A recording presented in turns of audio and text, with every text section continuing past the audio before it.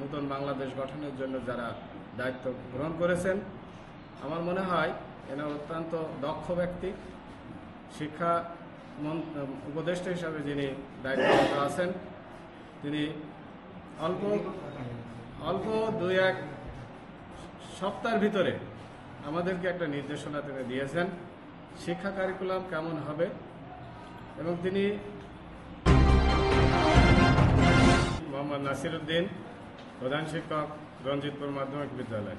একটু জানতে চাচ্ছি আপনার কাছে, এবং আপনি নিশ্চয়ই একটু ইতিমধ্যে জেনে গেছেন যে আপনার যে পূর্বের যে কারিকুলাম ছিল এবং সেই কারিকুলামে ব্যাপক পরিমাণ আলোচনা সমালোচনা দেশ এবং বিদেশে, বিশেষ করে শিক্ষক, শিক্ষার্থী এবং অভিভাবকদের মধ্যে ছিল আর কি।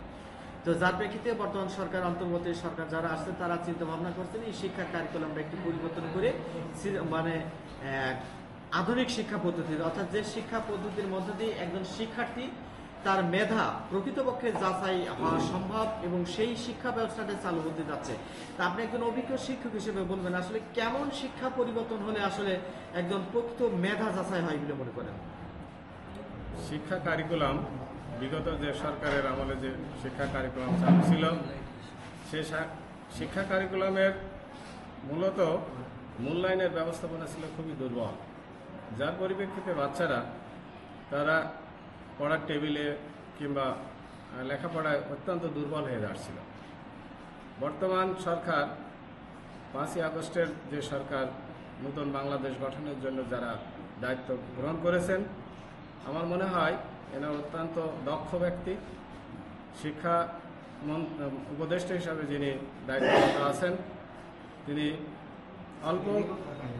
অল্প 2-1 সপ্তাহের ভিতরে আমাদেরকে একটা নির্দেশনা তিনি দিয়েছেন শিক্ষা কারিকুলাম কেমন হবে। এবং তিনি আমাদের পরীক্ষা পদ্ধতি এবং সিলেবাস সুন্দরভাবে তিনি সাজাই দিয়েছেন এবং সেই সিলেবাস অনুযায়ী আমরা পাঠদান করাচ্ছি।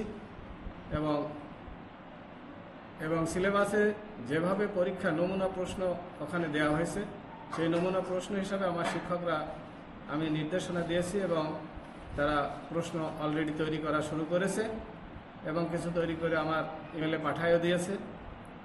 আমি বর্তমান সরকারের যে পদক্ষেপ এবং যে কারিকুলাম, যে পরীক্ষা পদ্ধতি, তাতে সত্যিকারের অর্থেই আমি বলতে পারি যে এরা শিক্ষার্থী আবার পড়ার টেবিলে ফিরে যাবে এবং শিক্ষার্থীরা তাদের পড়াশোনার প্রতি মনোযোগী হবে।